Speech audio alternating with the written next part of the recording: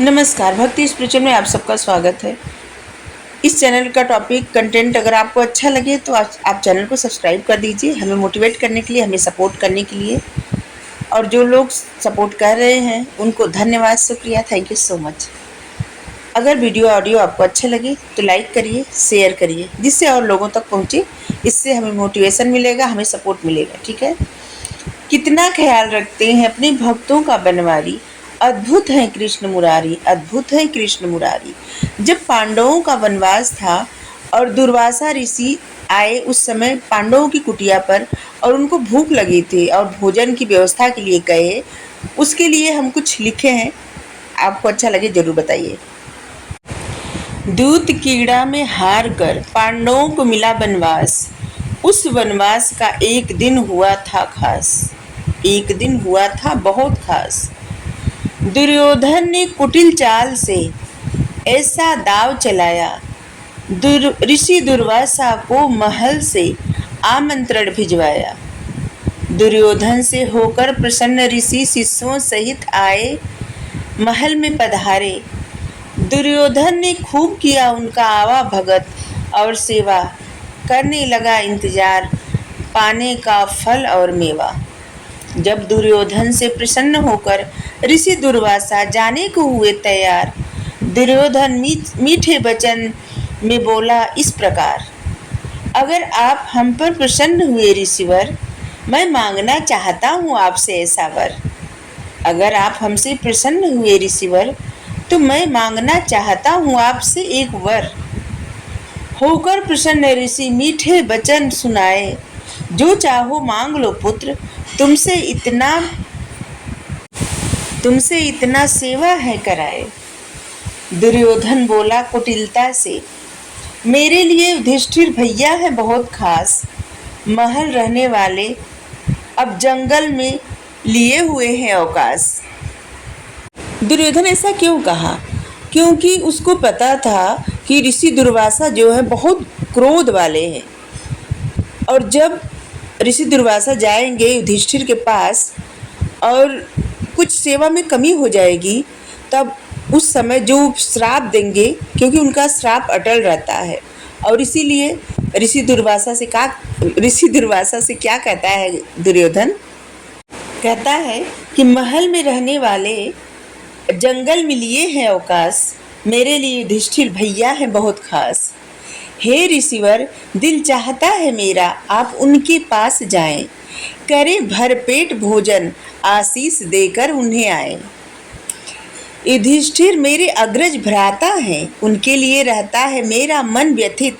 हे ऋषिवर, मैं तो हमेशा से चाहता हूँ उन लोगों का हित। अद्भुत। सुनकर दुर्योधन की ऐसी बाणी, दुर्वासा जी हुए प्रसन्न, देकर आशीष दुर्योधन को चल दिए ओ वन, अपने शिष्यों के साथ चल दिए ओ वन। देखकर दुर्वासा और उनके शिष्यों को युधिष्ठिर किए प्रणाम, कुशल क्षेम सब पूछे, फिर चल दिए कुटिया के तरफ अपने किए प्रस्थान। युधिष्ठिर को दुर्वासा ऋषि ने ये बताया कैसे दुर्योधन उनका हित चाहता है, बन जाने को उन्हें समझाया।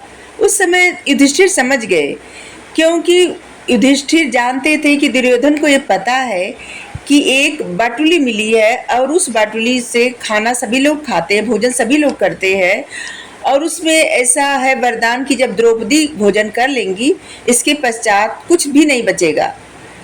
तो उस दिन द्रौपदी भोजन कर चुकी थी और ये दुर्योधन जानता था, और इसीलिए दुर्वासा ऋषि को भेजा था, क्योंकि दुर्वासा ऋषि अगर भूखे रह गए तो बहुत कठिन श्राप दे देंगे युधिष्ठिर को। और इसी कुटिलता के साथ दुर्वासा ऋषि को वन में भेजा था युधिष्ठिर के पास। युधिष्ठिर को दुर्वासा ऋषि ने बताया कैसे दुर्योधन उनका हित चाहता है और बन जाने को उन्हें समझाया। सुनकर दुर्योधन का नाम युधिष्ठिर समझ गए उनकी कुटिलता का परिणाम। ऋषि दुर्वासा युधिष्ठिर को भोजन की करने की व्यवस्था ऐसा कह के गए कि उनके लिए भोजन की व्यवस्था करें, उनके और उनके शिष्यों के लिए। तब तक वो स्नान करके आते हैं। ऋषि दुर्वासा युधिष्ठिर को भोजन की व्यवस्था के लिए कहे और इसके बाद अपने शिष्यों के साथ स्नान करने को नदी तट पर गए। युधिष्ठिर जब कुटिया में गए और ये बात द्रौपदी को बताए, भोजन की व्यवस्था करनी है ऋषियों के लिए, ये बात द्रौपदी को समझाए। सुनकर युधिष्ठिर की बात द्रौपदी हो गई परेशान। कुटिया में अन्न का नहीं था नामो निशान, नहीं था नामो निशान। द्रौपदी इतनी व्यथित हुई कि इंद्रप्रस्थ के राजा की रसोई में एक अन्न नहीं है, ऋषि को भोजन कराने के लिए कुछ भी नहीं है। और ये सोच के, ये देख के बहुत व्यथित हो गई द्रौपदी और लगी कृष्ण को पुकारने। होकर व्यथित द्रौपदी कृष्ण को पुकारी, एक बार फिर से लाज बचाने आ जाओ बनवारी, एक बार फिर से लाज बचाने आ जाओ बनवारी। इतने में वहां आ पहुंचे मुरली मनोहर श्याम, द्रौपदी से कुछ खाने का मांगने लगे सामान। आए तो बोले कि हमको बहुत भूख लगी कृष्णा, कृष्णा कहते थे, हमको बहुत भूख लगी कृष्णा, हमको कुछ खाने को दो। बटुली में एक चावल दिखाकर द्रौपदी उनसे बोली, यही एक चावल अभी बचा है उनके पास, खुद भी खा ले वे और सारे जगत को भी खिला ले, खुद भी अपना पेट भर ले और सारे संसार को खिला दे। क्योंकि जो उनकी बाटुली थी उसमें एक चावल का दाना फंसा हुआ था, लगा हुआ था। लेकर चावल का दाना भगवान चाव से खाए, खूब किए तारीफ खीर की, खूब किए तारीफ खीर की, पेट भरने की बात सुनाए। खीर की खूब तारीफ किए कि कृष्णा तुम कितना अच्छा खीर बनाई हो, और खा के वो तृप्त हो गए, ऐसे बताए। और ऐसे बताया कि अब तो हमें नींद भी आ रही, इतना पेट भर चुका है। जैसे भगवान की भूख मिटी, सारे संसार को तृप्ति मिली, सारे संसार को तृप्ति मिली। सारे संसार को ऐसे लगाना कि सबका पेट भर चुका है। और उसमें दुर्वासा ऋषि और उनके शिष्य भी थे। जब वो लोग स्नान कर रहे थे तो अचानक से उनके ऐसे लगा ना कि उनके मुंह में खीर का स्वाद आने लगा, उनकी जिह्वा से खीर का स्वाद आने लगा और बहुत ज़्यादा प्रसन्न होने लगे। इसके बाद अचानक से ऐसा लगा कि उनका पेट फूल गया, इतना खा लिए, इतना अधिक खा लिए कि एक घूंट पानी पीने का भी उनका दिल नहीं था, इतना ज़्यादा उनका पेट भर गया था। और वो वहाँ से इस बात से डर के अपनी शिष्यों के साथ चले गए कि कहीं युधिष्ठिर चले न जाए वहाँ पे और उनको भोजन की व्यवस्था करके बुलाने ना आ जाए। अगर युधिष्ठिर आ गए बुलाने तो फिर वो उनको क्या जवाब देंगे। और इसलिए दुर्वासा ऋषि अपने शिष्यों के साथ वहाँ से तुरंत चले गए। जैसे भगवान की भूख मिटी, सारा संसार तृप्त हुआ, दुर्वासा ऋषि और शिष्यों का अजीब सा हाल हुआ। बिना कुछ खाए भर गया पेट, हो गया ऐसा कमाल। दुर्वासा ऋषि अपने शिष्यों के साथ स्नान के बाद चले गए दूसरे धाम, चले गए दूसरे धाम। कहीं युधिष्ठिर आ न जाए भोजन के लिए बुलाने, ये बात सोचकर डर गए। पेट में बिल्कुल जगह नहीं, भोजन की व्यवस्था करने को कहकर आए थे, इसलिए स्नान के बाद चुपके से सभी के साथ चले गए। वो सोचने लगे क्या जवाब देंगे, इसीलिए चुपके से चले गए।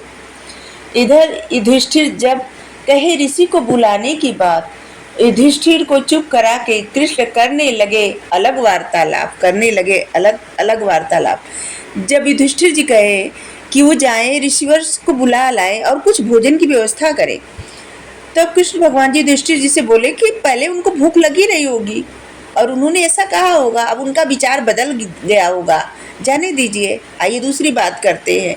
उनको अगर आना होगा तो आ जाएंगे, नहीं आना होगा नहीं आएंगे, ऐसे कह के और दूसरी बात करने लगे और इस तरह से उनकी लाज बचाए। कितना ख्याल रखते हैं अपने भक्तों की बनवारी, कितना ख्याल रखते हैं अपने भक्तों का बनवारी। अद्भुत है कृष्ण मुरारी, अद्भुत है कृष्ण मुरारी, सच में बहुत अद्भुत है। Thank you. राधे राधे।